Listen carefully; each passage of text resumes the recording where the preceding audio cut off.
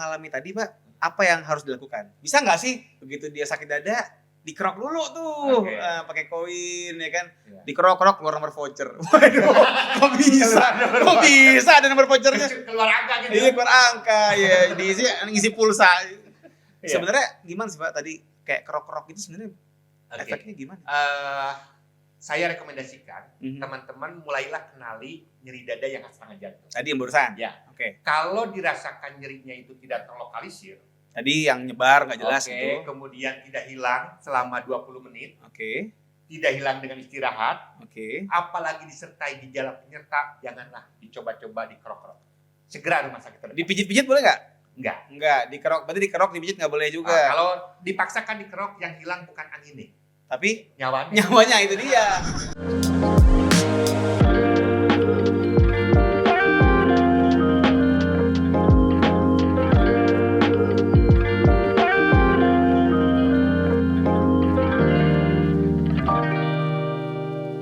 Oke, assalamualaikum warahmatullahi wabarakatuh. Selamat pagi, siang, sore, malam, sobat sehat semua. Ketemu lagi bareng gua Dr. Dika di One Day Podcast. Kita bakal ngobrol asik seputar kesehatan, pastinya dengan narasumber yang kece dan terpercaya. Luar biasa sekali ya. Hari ini di kru ada 2.812 orang. Bohong banget itu. Mana muat, gak mungkin kan. Dan hari ini pastinya gue gak sendirian karena gue bersama dengan Pak Ismail. Apa kabar Pak Ismail? Alhamdulillah sehat. Ya, alhamdulillah. Seperti namanya selalu smile. Smiling. Monggo Pak, kenalan dulu sama sobat sehat. Baik, izinkan saya memperkenalkan diri. Diizinkan Pak. Berpantun boleh? Boleh banget. Jangan lupa cakepnya ya. Ya. Cakep. Pergi memancing menggunakan kail. Cakep. Tidak sengaja umpannya tertinggal di atas kabin. Cakep. Perkenalkan, nama saya Ismail. Tentunya dari organisasi Inkapil. Saya juga mau balas. Ya. Atep main bola pakai sepatu. Cakep. Mantep tuh. Apa? Pantun macam apa sih? Pantun macam apa? Cakep. Maaf saya nggak nyiapin soalnya Pak. Ya, Barusan kepikir aja. Jadi gini Sobat Sehat, kenapa kita ngundang Pak Ismail? Karena bisa dibilang Pak Ismail ini adalah jagonya soal EKG. Widih. Kenapa? Karena saya banyak ngelihat Pak Ismail. Artinya saya kan di olahraga ya. Banyak banget pelari-pelari itu yang kemudian kalau kita lihat di berita viral segala macam tuh sampai akhirnya meninggal Pak pas lari karena henti jantung. Padahal yang namanya penyakit-penyakit seperti tadi yang kondisi henti jantung itu kalau kita lihat tuh penyebab itu bisa dideteksi gitu loh. Betul. Dengan cara apa? Sesimpel EKG. Betul. Jadi maksudnya tuh nggak harus yang benar-benar sampai harus yang canggih-canggih. Di puskesmas kan juga ada ya Pak. EKG itu kan ada kan? Ada. Jadi jangan dikira puskesmas itu cuma buat ngobatin bisul doang, itu enggak. Sampai kita ngomongin gangguan jantung yang berbahaya buat olahragawan itu bisa gitu. Makanya kita menghadirkan Pak Ismail Pak untuk ngebahas soal EKG. Jadi mungkin Pak Ismail bisa sedikit menjelaskan dulu. Sebenarnya EKG itu cara kerjanya gimana sih? Jadi jantung kita ini luar biasa. Jantung kita ini bisa berdenyut karena punya sel-sel pembangkit listrik. Oh, ada PLTA-nya. Ada PLTA-nya. PLTU. Jadi jantung kita ini siapa yang bisa membuat jantung kita ini berdenyut secara otomatis? Yang menciptakan jantung kita. Yes. Dan luar biasanya gardu listrik itu ada 3 yang utama. Gardu listrik buat jantung nih ya. Buat jantung. Buat jantung kita itu otomatis berdenyut terus-menerus tanpa henti. Nah, kita mau tidur, jantung tetap bekerja. Kita bekerja lari, jantung nambah kerja lagi jelas. Kita istirahat, denyut jantung masih ada tapi turun.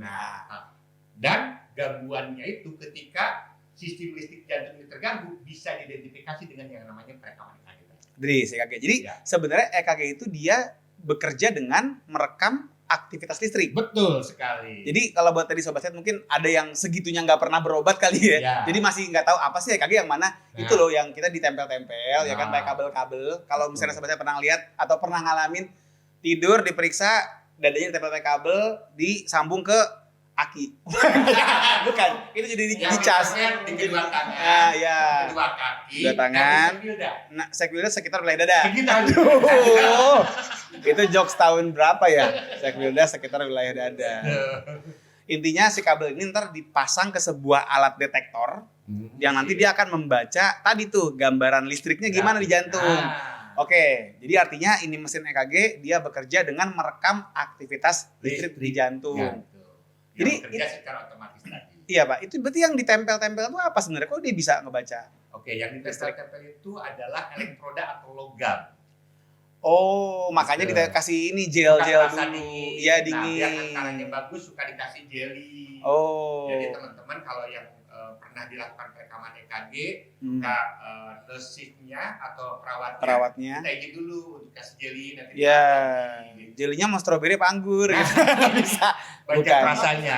Iya, bukan Inako. Aduh, nyebut merek, biar ngeditnya susah. Nah, artinya begitu pakai jeli tadi, dia akan melancarkan perambatan listrik ya yang akan dibaca sama ini ditangkap oleh mesin EKG berupa grafik. Nah, makanya kenapa ada gambaran-gambaran kayak gelombang-gelombangnya. Gelombang-gelombang itu. Nah, sekarang gini Pak, agak maju lagi nih pertanyaannya, agak lebih tajam. Bagaimana kita bisa dari ngelihat aktivitas listrik jadi kemudian diagnosis? Atau mungkin belum diagnosis deh, kok bisa cuman ngelihat gambaran aktivitas listrik terus bisa bilang, oh ini jantungnya ada kelainan A nih, atau ada kelainan B, itu gimana Pak? Oke, mungkin gini ya, yang mudah ini kita untuk mengetahui dengan mudah bagaimana sih gambaran yang normal misalkan ketika teman-teman berkunjung melihat pasiennya, keluarganya dipasang monitor ini gitu ya. Oke, sebentar Pak. Itu kan ada lagi yang dimonitor tuh.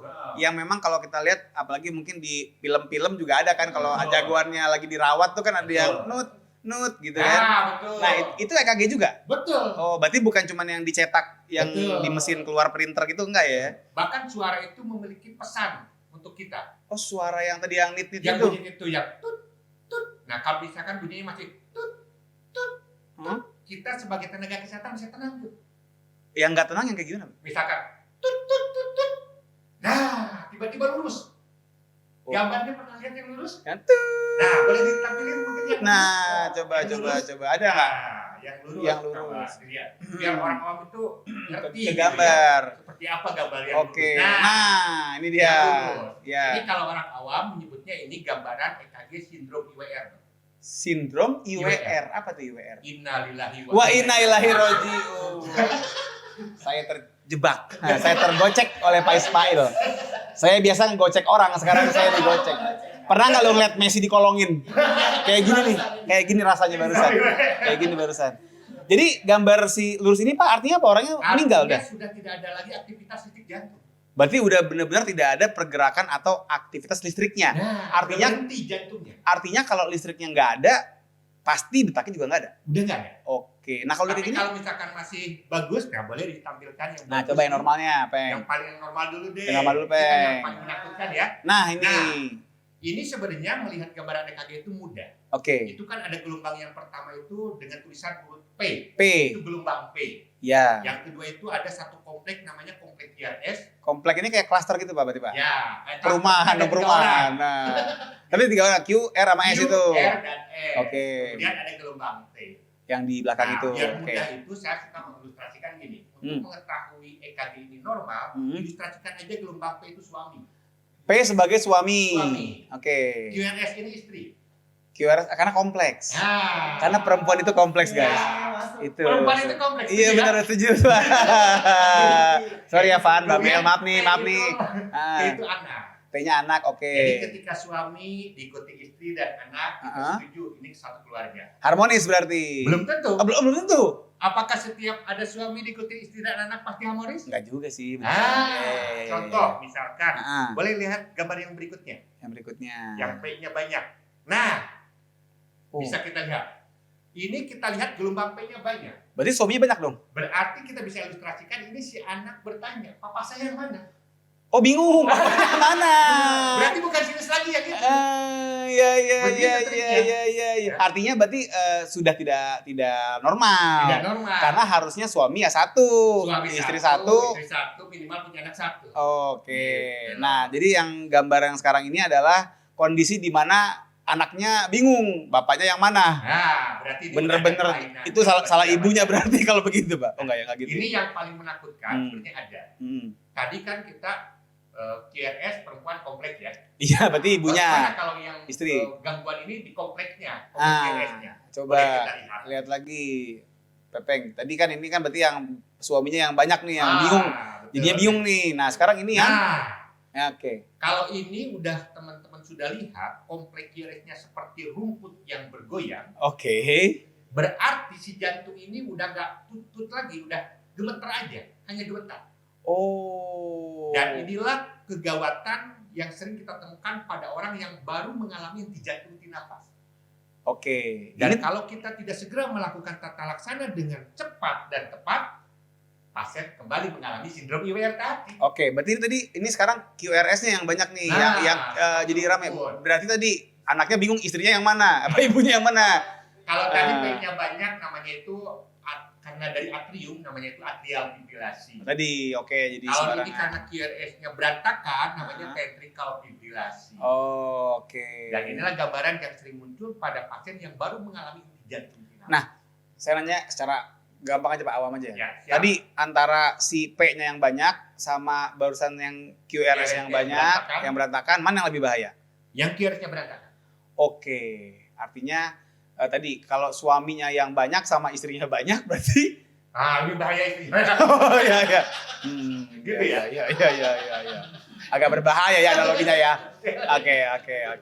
Artinya ini kalau kondisi tadi ya mau menuju ke henti jantung berarti nih. Betul. Oke, jadi kalau misalnya kita ke IGD, tadi ada yang mungkin pelari juga bisa kan, Be? Lagi Atau lari. misalkan teman-teman sedang mengunjungi saudaranya di ICU, pasien terpasang monitoring. Kok saudara saya sedang diajak ngobrol tiba-tiba diam. Teman-teman lihat, kok gambar EKG-nya berantakan. Apalagi lurus. Harus segera tuh panggil tenaga kesehatan. Tapi ya bakal ada ini nggak alarmnya bisa? Ada. Yang tututnya yang tadi itu. Pasien suara di monitor tut tiba-tiba hilang. Nah, kami tenaga kesehatan yang ada di sekitarnya akan langsung mengetahui nih, kenapa tiba-tiba suaranya hilang? Oke. Bisa aja nanti gambaran EKG-nya ventricle fibrilasi atau bahkan sindrom IWR tadi, asistol. Atau speakernya rusak. Bisa juga dong. Bisa aja speakernya rusak. Bisa aja. Kita nggak tahu ya. Namanya kemungkinan. Kalau speakernya rusak berarti harus dilem merah. Kok merah? Sambil marah. Waduh, bukan lem biru. Jago ngegocek Mas Pak ini. Saya di iya. Nah, terus Pak, ada lagi nggak Pak gambaran yang kira-kira bisa ditunjukkan mungkin? Oke, kalau untuk gambar-gambar mungkin nah ini apa nih? ini seperti sebelum gambar yang tadi. Kalau yang tadi kan namanya ventricle fibrilasi. Yang tadi yang keriting tuh si QRS-nya. Kalau ini ventricle tachycardia.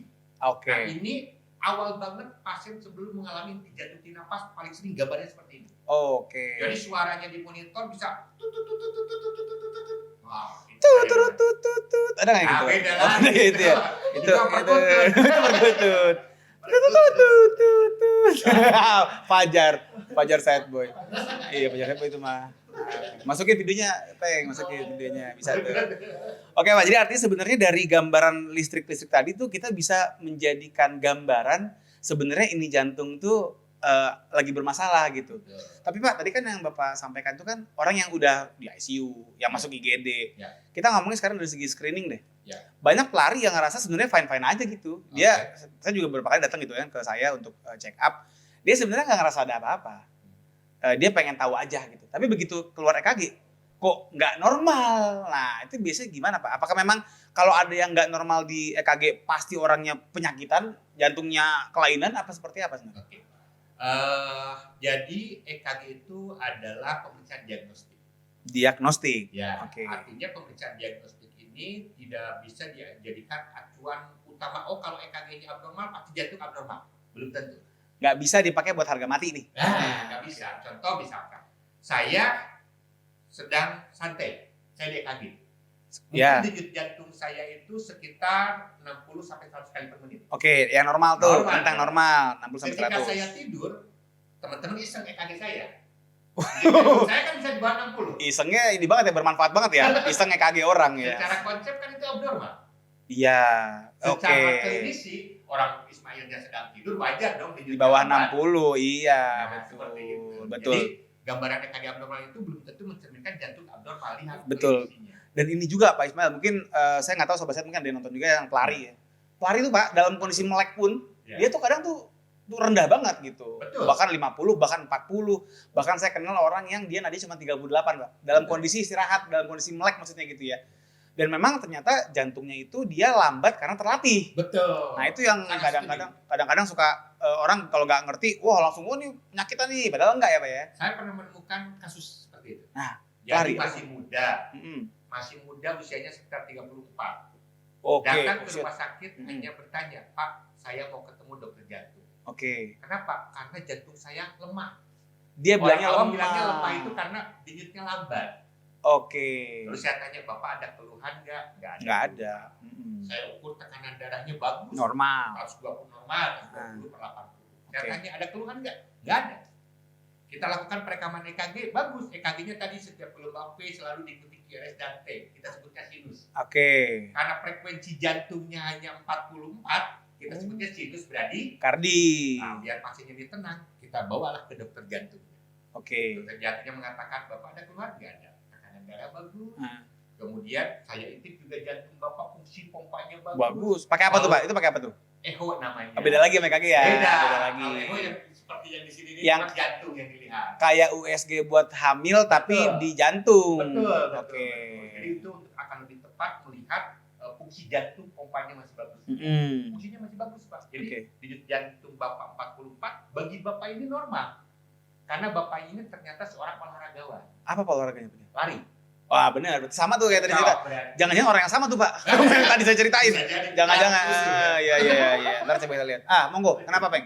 Jadi tetangga aku pernah ngecek EKG itu, terus dia bilang hasilnya tuh normal, terus tak sakit lagi jantung. Maksudnya 100, tapi kayak EKG-nya normal gitu. Mau nanya dari sebenarnya kalau EKG hasil tes EKG normal itu udah pasti 100% sehat atau Nah, enggak? berarti kebalikannya nih Pak. Betul. Kebalikannya nih. Tadi kan Pak Ismail bilang kalau EKG-nya aneh atau aneh lah, Abnormal. ada yang nggak Abnormal. normal, belum tentu orangnya sakit. Sekarang kita balik. Kalau misalnya orangnya punya penyakit, mungkin nggak EKG-nya normal? Mungkin. Wah. Makanya tadi saya katakan EKG itu cuma pemeriksaan diagnostik. Contoh, bisa nggak seseorang dikatakan serangan jantung? Indikatornya ada 3. Oh, 3 lagi nih. Yang pertama, keluhannya khas atau tidak? Apa aja Pak keluhannya Pak? Keluhannya itu keluhan nyeri dada. Sakit dadanya seperti apa Pak? Nah, Biar bisa kalau orang bayangin. yang khas serangan jantung ada 3. 3 lagi. Oke. Ada 3. Yang pertama, Yang pertama, nyeri tidak terlokalisir. nyeri tidak terlokalisir artinya nggak tajam. Artinya ketika misalkan saya mengeluh nyeri dada serangan jantung, saya nggak bisa nunjuk sakitnya di mana. Bukan seperti orang yang ototnya ketarik. Nah, bukan seperti sakitnya tuh di sini. Itu sedang nyanyi itu berarti. cita-cita Pak kalau nggak salah. Saya masih ingat tuh namanya. Ya kan? Dalam tahu nggak lu? Tahu ya. Jadi kalau Iya. serangan jantung itu, Bapak apa yang dirasakan? Aduh, dada saya sakit. Di mana? Ini di sini nih. Di Iya. sini nih. Iya, nggak jelas gitu kayaknya Pak. Nah, nggak bisa ditunjuk. Dan katanya juga bukan seperti ditusuk, tapi lebih ke arah seperti ditiban, Pak. Nah, ditindih. Seperti didudukin. Didudukin. Makanya namanya angin duduk, guys. Nah, ini duduk. Itu teori saya sih. Teori saya pribadi itu. Tapi kayaknya gitu deh. Jadi Nah. sakitnya satu, dia tidak dapat Nyeri tidak ditunjuk. terlokalisir, lamanya lebih dari 20 menit. Itu yang Oh, ada pertama. lamanya. Lamanya harus lebih dari 20 menit. Jadi udah istirahat tuh masih sakit. Jadi kalau cuma cenut gitu? enggak. Bukan. Nah, kemudian Oke. yang kedua, tidak hilang dengan istirahat. Tidak hilang dengan istirahat. Jadi walaupun sudah istirahat tetap berat gitu ya. Hmm. Atau kalau pasien-pasien lama dengan penyakit jantung, dokter jantungnya kan suka kasih oleh-oleh tuh obat yang ditempel Di bawah lidah. Nyeri dada. Ya. Nah, kalau misalkan udah 3 kali nyerinya tidak hilang, dokter jantung suka ngasih pesan tuh, segera cari rumah sakit terdekat. Sebentar. 3 kali maksudnya 3 kali masuk? Ya. Tapi kelamaan dong Pak kalau udah 3 kali coba nunggu. kan tiap 5 menit. Oh, tiap 5 menit. Bisa diulang, gitu. Oke. Ya. Nah, nanti kalau tidak hilang, segera cari rumah sakit terdekat. Berarti pasien ini mengalami angina pectoris yang tidak stabil, nyeri dada Oke. yang tidak stabil. Tapi gini Pak, seandainya orangnya nggak punya riwayat kayak begitu, Betul. berarti kan nggak mungkin punya Cukup obat. beristirahat, Ya ya. kan, nggak punya obat. Tadi kan Pak Ismail bilang nyerinya 20 menit. Nah, Ya. kalau misalnya ada orang ngerasa, sakit dada nih, dan tadi nyebar gitu, Nah, nggak tajam, nah. apa dia mesti nunggu 20 menit dulu? Oke, ada yang ketiga tuh. Apa tuh? Disertai gejala penyerta. Yaitu. Nah, Artinya lagi nih. Inception yang ketiga nih. itu contoh nyeri nih, tapi sampai keluar keringat banyak. Oh, yang dibilang apa namanya bulir jagung. Apa sih? Nah. Keringat jagung, ngeri jagung. Keringat jagung. Ya. Keringat jagung. Atau kalau orang awam bilangnya Pak, saya sampai 3 kali ganti baju, keringetan. Saking keringetannya, padahal nggak panas, nggak apa, tapi keringetan. Atau misalkan ada laporan dari keluarganya, bapak saya tadi sempat tidak sadar, pingsan. Nah, itu tanda dan gejala yang khas bahwa pasien ini mengalami serangan jantung koroner. Oke, jadi tadi ada sakit dada disertai dengan keringat, terus kemudian tadi Bisa pingsan. juga dengan mual muntah. Oh, ada mual muntah juga. Gejala penyerta itu banyak. Gitu. Oke, jadi bisa sampai tidak sadar gitu. Jadi jarang ya Pak orang serangan jantung cuma sakit doang, cuma nyeri doang gitu. Jadi itu bahkan gini, bisa nggak orang serangan jantung tanpa keluhan? Bisa juga. Bisa juga. Bisa. Contohnya kalau orang-orangnya udah sepuh, udah geriatri, atau misalkan dia punya penyakit kencing manis. Oke, karena tadi dia sarafnya juga bermasalah tuh. Borok aja nggak kerasa. Apalagi jantung. Iya benar ya. Iya. Itu namanya silent angina. Jadi kita pun harus lihat pasien ini dengan kondisi pasien seperti apa. Kalau tadi kita bicara, wah kayaknya pasiennya masih muda. Gitu. Harusnya ada kalau masih muda mah ada gejala. Oke. Seperti itu. Jadi pokoknya ingat ada 3 ciri khas kapan kita curigai seseorang ini mengalami serangan jantung koroner. Oke, kalau mengalami tadi Pak, apa yang harus dilakukan? Bisa nggak sih? Misalnya kan sekarang Pak kalau kita lihat nih, begitu dia sakit dada, dikerok dulu tuh, pakai koin ya kan, dikerok-kerok keluar nomor voucher. Waduh, kok bisa ada nomor vouchernya? Keluar angka gitu. Iya keluar angka, ya diisi ngisi pulsa. Sebenarnya gimana sih Pak tadi kayak kerok-kerok itu sebenarnya efeknya gimana? Saya rekomendasikan teman-teman mulailah kenali nyeri dada yang khas serangan jantung. Tadi yang barusan? Ya. Kalau dirasakan nyerinya itu tidak terlokalisir. Tadi yang nyebar nggak jelas itu. Kemudian tidak hilang selama 20 menit. Tidak hilang dengan istirahat. Apalagi disertai gejala penyerta, janganlah dicoba-coba dikerok-kerok. Segera rumah sakit terdekat. Dipijit-pijit boleh nggak? Enggak, dikerok. Berarti dikerok, dipijit nggak boleh juga. Kalau dipaksakan dikerok, yang hilang bukan angin nih. Tapi nyawanya itu dia. Bener banget ini karena tadi saya Pak jujur pas saya jadi dokter umum di IGD itu sering banget gitu kita dapat pasien jantung, begitu kita buka bajunya untuk EKG segala macam udah ada tatonya. Betul. Kerokan udah merah-merah. Saya ngebayangin susah banget. Berarti kan lama nih pasti di rumah. Betul. Ngeroknya. Dan di Jakarta pun masih banyak kasus begitu. Di Jakarta masih banyak. Kita nerima pasien di emergensi, nyeri dada udah berapa hari, udah 1 hari. Kenapa? Habis saya udah kerokin gak hilang, baru saya ke rumah sakit. Berarti masih banyak sampai sekarang. Dan kita lihat ketika kita lakukan perekaman EKG, ternyata serangan jantungnya dari kemarin. Udah lama berarti. Telat. Apalagi sekarang gini, kita kan bicara ngerok kan pakai koin ya, koin gopean gitu. Ya, betul. Sekarang kan zaman cashless ya. Ya. Dari mana koin gopenya gue tanya? Pakai apa ya? Iya, pakai kris. Oh, pakai sendok bisa ya? Pakai sendok, pakai sendok bisa sih. Pakai garpu tuh lebih tajam biasa. Lecet tuh bukan merah. Jadi bisa dibilang ya itu bahaya Pak ya karena mendelay. Yang harusnya kita mendingan segera langsung telepon ambulan atau bawa ke rumah sakit, ini malah sibuk untuk nyari koin dulu. Ngerok. Sedangkan waktu emasnya itu 3 jam, waktu berlian. Bukan mas lagi nih. Waktu berlian. Oke, berarti dari gejala muncul sampai bisa punya peluang selamat yang besar. Bagus. 3 jam. 3 jam waktu berlian. Oke. Waktu emasnya 12 jam. Oke, tapi berarti sebenarnya nggak yang gini, kalau kayak henti jantung kan pendek banget tuh Pak, cuma 3 menit bahkan gitu kan. Betul. Tapi kalau kita bicara serangan jantung tadi yang sifatnya nyeri dada itu, sebenarnya punya waktu 3 jam ya. Ya. Jadi kalau sampai kelewatan juga sebenarnya sampai lewat sebenarnya emang kelamaan banget ya. Ya, mungkin kita harus lihat juga kondisi jalan di kita Oh ya. iya, benar. Nah, secara jarak mungkin dekat, tapi macet. Atau gini Pak, sorry. Kalau di Jakarta mungkin udah rumah sakit banyak lah. Ya. Di daerah-daerah pedalaman gitu. Bisa nggak sih dibawa ke puskesmas? Sangat justru misalkan pasien ketika mengeluh nyeri dada datang ke puskesmas. Di puskesmas nggak ada dokter jantung, rujuk dong. Nanti dirujuk lagi ke rumah sakit umum. Tidak ada ruang cath lab-nya. Yang kateter tuh yang buat pasang ring apa segala. Rujuk lagi ke rumah sakit yang ada rujukan. Oke. Berapa jam kira-kira tuh? Kalau di pedalaman berapa hari Pak hitungannya Pak? Gitu. Iya. Saya bahkan pernah punya pengalaman waktu PON Pak. Waktu PON Papua, itu saya baru tahu saat itu ya. Nggak tahu kalau sekarang udah ada. Jadi di saya di Timika waktu itu. Itu nggak ada cath lab-nya. Jadi untuk bisa dipasang ring, itu mesti terbang dulu ke Jakarta.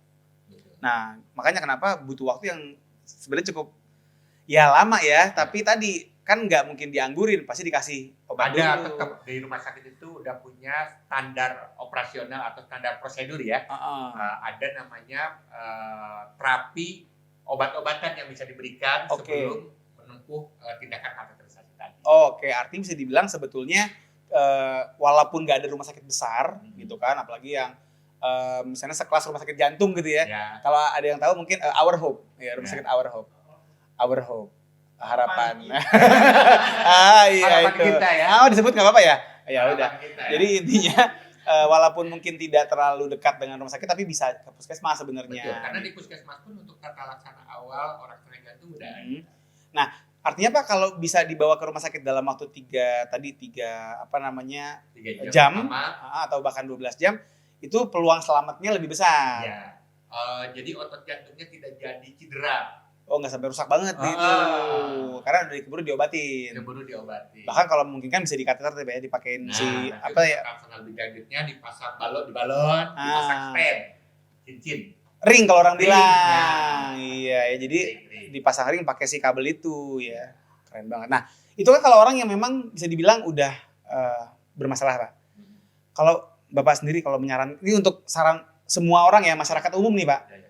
Kalau dia nggak punya atau nggak ngerasain ada gejala apa-apa, sebenarnya saran untuk bisa cek EKG untuk screening itu kapan sih? Umur berapa dan berapa tahun sekali atau berapa kali setahun? Kalau dulu selama pendidikan saya dapat rekomendasi itu setelah usia 40 tahun mulailah dilakukan medical check up untuk kardiak. Oke. Tapi dengan kemajuan zaman kita di lapangan sering menemukan pasien baru usianya 22 udah mengalami serangan jantung. Jadi kata kuncinya, kalau teman-teman ini salah satu orang yang memiliki potensi mengalami serangan jantung, tidak salah teman-teman untuk melakukan medical check up ini. Oke, potensinya apa aja, Pak? Nah, contoh misalkan punya keturunan. Punya keturunan maksudnya berarti misalkan ayahnya dulu meninggal serangan jantung. oh, artinya punya genetik nih. Genetik. Ada genetik orang tuanya warisannya adalah bakat penyakit jantung ya kan. Berarti artinya dari umur berapa tuh kalau gitu? Ya, di atas 20-an udah mulai. Udah boleh tuh Betul. karena biar tahu. Oke, apalagi Pak? Apalagi misalkan atau ada hipertensi. Orangnya hipertensi. Sekarang juga Hipertensi. 20-an juga banyak yang ada hipertensi. Ada kencing manis. Oke. Apalagi orangnya mager. Jarang olahraga. Jarang olahraga, malas gerak. Ngerokok gimana Pak? Nah, Gitu juga. Tolong ya kalian semua ya yang ada di sini semuanya. Ya, yang rokoknya mau itu konvensional, Ya. mau yang rokoknya dipakein baterai ya, Sama semuanya ya tetap hati-hati. Jadi Ya. tadi tuh yang punya faktor risiko dari umur-umur meskipun umur 20-an, 25 atau bahkan mungkin udah 30 sekarang Ya. berapa kali setahun, Pak? Ya minimal setahun sekali. Setahun sekali. Terus juga ada yang EKG-nya itu dalam kondisi berbaring biasa, ada yang sambil treadmillan. Ya. Itu bedanya apa? Kalau untuk yang berbaring biasa itu untuk pasien-pasien memang dengan keluhan yang khas. Keluhan yang khas kita rekomendasikan dilakukan perekaman EKG-nya yang sambil pasiennya istirahat. Karena sudah ada gejala khasnya. Ada gejala khas. Misalnya tapi tadi kalau pasiennya yang suka berdebar-debar gitu atau pernah nyeri dada gitu ya. dari dadanya misalkan kurang dari 5 menit. Sebentar-sebentar doang. Tapi fisiknya masih kuat. Oke, biar tahu. Dikasih beban. Oke. Jadi perekaman EKG dengan ditambah beban karena pas orangnya sambil olahraga. Oh, bukan larinya bawa barbel gitu enggak ya? Enggak. Kan beban itu, bener. beban. Oh, beda ya. Atau Jadi karena hidupnya udah banyak beban. gitu dia. Itu mah diem doang juga ada beban, Pak, itu, Pak. Duduk gini kan depan Indomaret, itu banyak beban itu, Pak. Iya. Jadi bisa dibilang kalau kita bicara dari segi orangnya itu dia pengen lebih tajam lagi, sementara orangnya masih bisa untuk kemudian beraktivitas, mendingan yang treadmill. Meskipun secara harga juga beda ya, Pak. Betul. Iya kan? Tapi lebih ngegambarin nih, maksudnya karena ada beberapa gambaran jantung yang saat lagi istirahat diam nggak ketemu ya, Pak ya? Betul. Baru ketemunya pas dia lagi lari atau lagi jalan lah gitu. Lagi lari tiba-tiba berhenti. Berhenti apa nih? Berhenti, nggak lari lagi. Oh, sangkain berhenti jantungnya tiba-tiba. Enteng banget ngomongnya Pak Ismail. Tiba-tiba berhenti jantungnya kok Berhenti dibikin gampang tiba-tiba banget. pings jatuh gitu, tidak sadarkan diri. Nah, itulah salah satu contoh orang yang mengalami serangan jantung mendadak itu seperti itu. Iya. Jadi memang Jadi kalau orang serangan jantung segera diketahui oleh tenaga kesehatan, segera di pemeriksaan, angka keberhasilannya lebih tinggi ya lebih untuk tata tinggi. laksana. Oke. Tapi kalau yang menemukan pertama kali malaikat pencabut nyawa kan. Hais, jadi kita balap-balapan nih sebenarnya Balap-balapan. sama Israel ya. Jadi susah ya balapan sama malaikat ya. Jadi oke, artinya gini Pak, ini kita sebenarnya kan untuk hari ini kita pengen Sobat Sehat lebih aware ya, lebih aware dengan kesehatannya, dengan jantungnya sendiri. Jadi waktunya masalahnya terbatas sih Pak. Ya. Harapannya dengan waktu yang singkat ini bisa lebih aware, bisa lebih melek gitu ya terhadap potensi bahaya nih. Apalagi sekarang zaman orang ikutan lari Pak. Di Jakarta Pak sekarang tiap minggu itu event lari ada terus. Udah kayak kondangan dong. Ada terus tuh tiap minggu, tiap weekend GBK ya, makanya sekian ribu orang yang lari apakah sudah EKG semua kan nggak tahu. Nggak tahu. Nah boleh Pak, mungkin boleh pesan-pesan ke teman-teman Sobat Sehat di rumah. Ya terkait ini bagi teman-teman yang menyukai olahraga, Hmm. olahraga itu menyehatkan. Betul, Tetapi harus mengukur kemampuan diri. betul sekali. Apalagi kalau kita memiliki faktor-faktor risiko tadi untuk mengalami serangan jantung. Nah.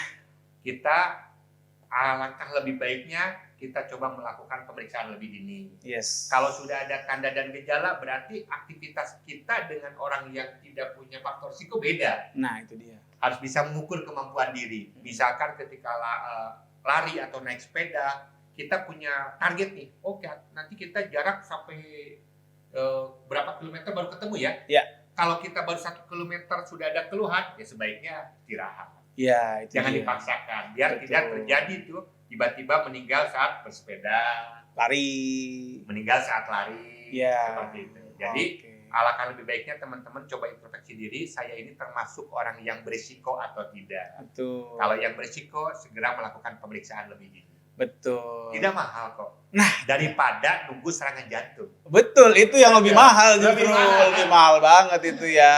Jadi ini keren banget, tepuk tangan dong buat Pak Ismail teman-teman. Ini benar-benar mencerahkan sekali Pak. Jadi saya berterima kasih banyak sama Pak Ismail Sama-sama. udah mau ngobrol-ngobrol. Bisa. Ya jadi Sobat Sehat tadi ingat ya. Pertama kalau saya boleh simpulin buat teman-teman yang senang olahraga gitu kan, jangan lupa dicek jantungnya itu Nah. gitu. Jangan-jangan sebenarnya belum siap untuk lari karena jantungnya nggak sehat ya. Jadi kalau misalnya emang pas cek jantung nyata emang nggak layak lari, ya kan bisa diganti dulu. Catur gitu Pak, lebih aman itu. Lebih aman itu. Tapi ntar diobati. Udah, berat. Oh iya sih. Ya. Itu jokes tahun berapa itu juga. Iya. Jadi paling nggak bisa diobatin dulu Pak. Oh, iya. Ya diobatin dulu baru lari gitu kan. Dan tadi juga penting banget buat yang udah gawat darurat, janganlah dikerok-kerok. Nah, Ya. apalagi Apalagi nyahas tadi ya. ya malah dikerok-kerok. Aman nih Pak, ada lagi saya lihat video viral ditepokin di gini-giniin. Ah, ini juga nggak perlu tuh ya. Jadi jangan orang henti jantung, serangan jantung malah ditepokin. Dia bukan lagi sulap teman-teman. Kalau orang sulap tepuk tangan nggak apa-apa. Jadi bisa dibilang ini adalah suatu hal yang sifatnya emergensi, segeralah dibawa ke rumah sakit. Jadi sekali lagi terima kasih banyak Pak Ismail dan juga Sobat Sehat semua di rumah ya. Jadi jangan lupa dong ya untuk menyaksikan episode-episode lainnya dari One Day Podcast di mana di YouTube kita di Wanjek TV. Dan juga jangan lupa untuk follow Instagram kita di wanjek.indonesia. Gua pamit, dadah. Thank you semuanya.